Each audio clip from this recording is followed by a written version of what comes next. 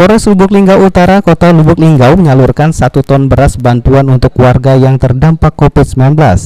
Penyaluran bantuan beras tersebut menggandeng para ketua RT yang berada di Kecamatan Lubuk Linggau Utara 1 dan 2 dengan mengambil data-data para warga yang kurang mampu dan sangat membutuhkan agar tepat sasaran.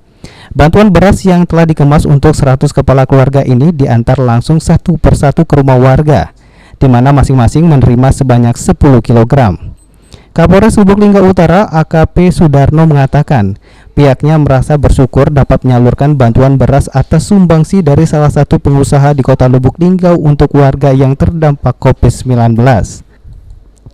Dalam penyalurannya dilakukan melalui para petugas Babin Kamtibmas di setiap kelurahan yang ada di wilayah Polres Lubuk Linggau Utara. Diharapkan dari penyaluran beras ini dapat meringankan beban perekonomian keluarga di tengah pandemi COVID-19.